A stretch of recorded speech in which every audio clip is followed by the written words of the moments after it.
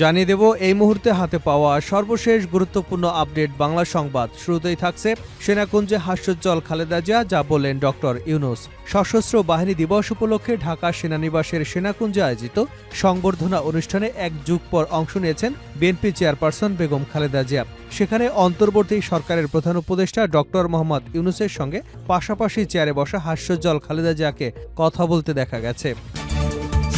এবারে জানাবো সিইসির দায়িত্ব পাওয়া কে এই নাসির উদ্দিন। প্রধান নির্বাচন কমিশনার হিসেবে নিয়োগ পেয়েছেন অবসরপ্রাপ্ত সচিব এএমএম নাসির উদ্দিন। আজ বৃহস্পতিবার মন্ত্রিপরিষদ বিভাগ থেকে এ সংক্রান্ত প্রজ্ঞাপন জারি হয়।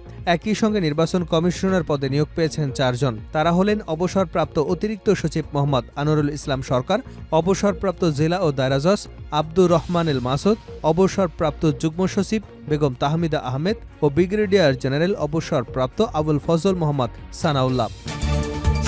জানাবো শেখ হাসিনা দেশে অস্থিতিশীল পরিস্থিতি সৃষ্টি করতে চান।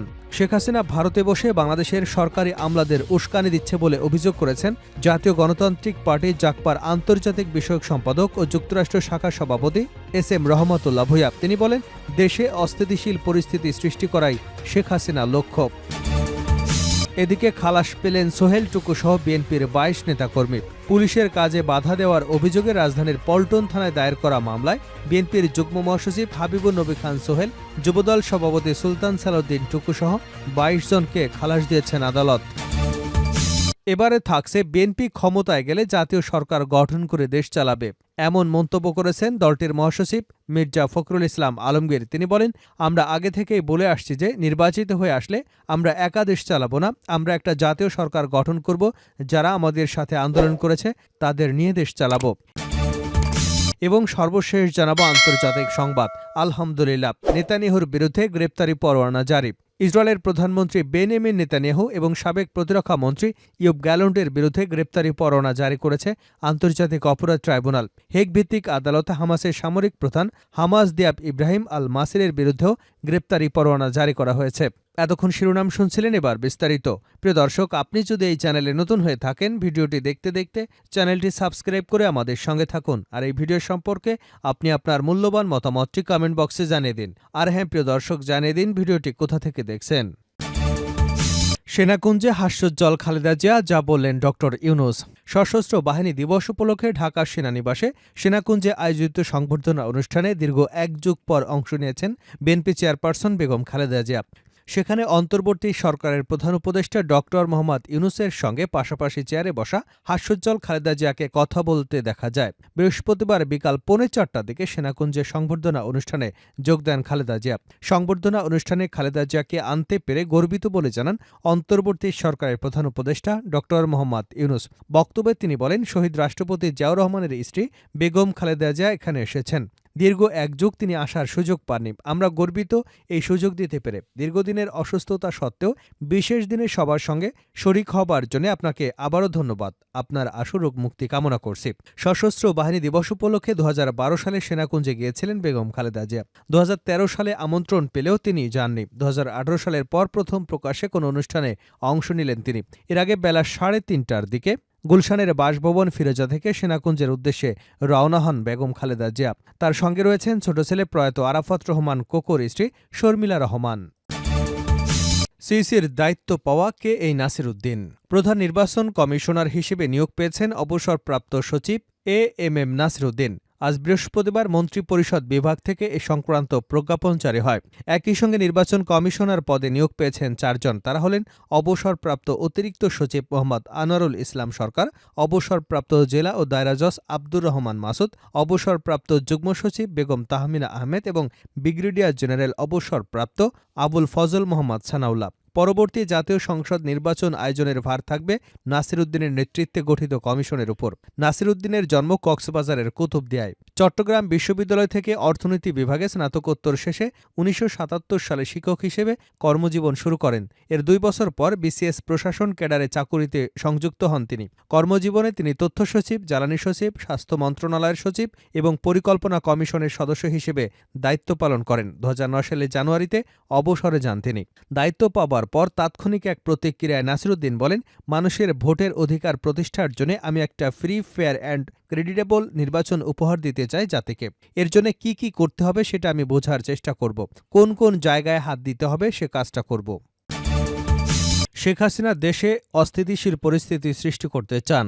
শেখ হাসিনা ভারতে বসে বাংলাদেশের সরকারি আমলাদের উস্কানি দিচ্ছে বলে অভিযোগ করেছেন জাতীয় গণতান্ত্রিক পার্টি জাগপার আন্তর্জাতিক বিষয়ক সম্পাদক ও যুক্তরাষ্ট্র শাখার সভাপতি এস.এম. রহমতুল্লাহ ভূঁইয়া। তিনি বলেন, দেশে অস্থিতিশীল পরিস্থিতি সৃষ্টি করাই শেখ হাসিনার লক্ষ্য। বুধবার বাংলাদেশের সময় রাত 11:30টায় যুক্তরাষ্ট্রের নিউ ইয়র্কে যুক্তরাষ্ট্র জাগপা আয়োজিত এক সমাবেশে প্রধান অতিথির বক্তব্যে রহমতুল্লাহ এসব কথা বলেন। জাগপা নেতা রহমতুল্লাহ ভূঁইয়া বলেন, বাংলাদেশে দ্রুত নির্বাচন হলে আওয়ামী লীগের জন্য মহা বিপদ ঘটতে পারে। সে বিষয়টি বিবেচনা রেখে নির্বাচন ঠেকাতে দেশি বিদেশি নানা ষড়যন্ত্র চলছে।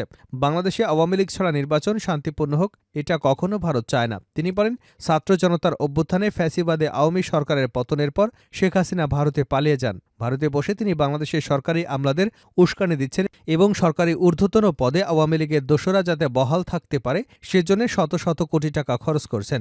শুধু তাই নয়, আমেরিকা, চীন, রাশিয়া এবং জাতিসংঘকে আওয়ামী লীগের পক্ষে টানার জন্য হাজার হাজার কোটি ডলারের লবিস্ট ফার্ম নিয়োগ করেছেন।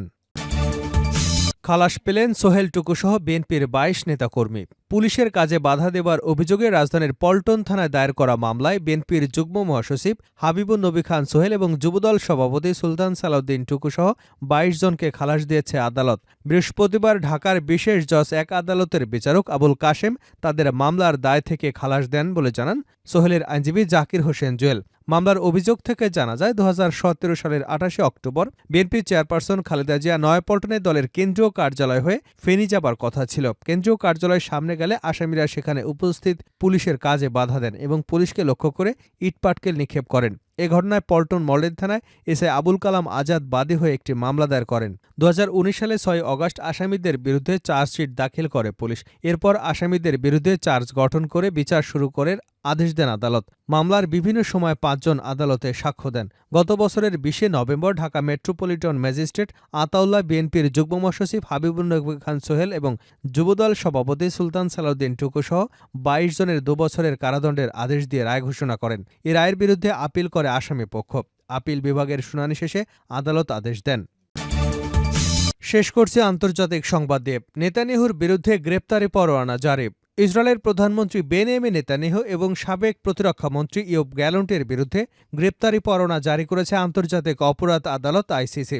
হেগ ভিত্তিক আদালত হামাসের সামরিক প্রধান মোহাম্মদ দিয়াব ইব্রাহিম আল মাসারির বিরুদ্ধেও গ্রেপ্তারি পরোয়ানা জারি করেছে। গত বছরের 7 অক্টোবর থেকে সংঘটিত নৃশংস অভিযোগে দেইর এবং ইসরায়েলীয় নেতাদের বিরুদ্ধে যুদ্ধ অপরাধ ও মানবতা বিরোধী অপরাধের অভিযোগ আনা হয়েছে। আদালতের এক বিবৃতিতে বলা হয়েছে, 8 অক্টোবর 2023 থেকে 20 মে 2024 পর্যন্ত মানবতা বিরোধী অপরাধ এবং যুদ্ধ অপরাধের জন্য বেনিয়ামিন নেতানিয়াহু এবং ইয়োব গ্যালন্টের নামে গ্রেপ্তারি পরোয়ানা জারি করা হয়েছে। গাজায় চলমান ইসরায়েলি হামলা এবং হামাস কর্তৃক ইসরায়েলি বন্দীদের অব্যাহত আটকের কথা উল্লেখ করেছে আদালত।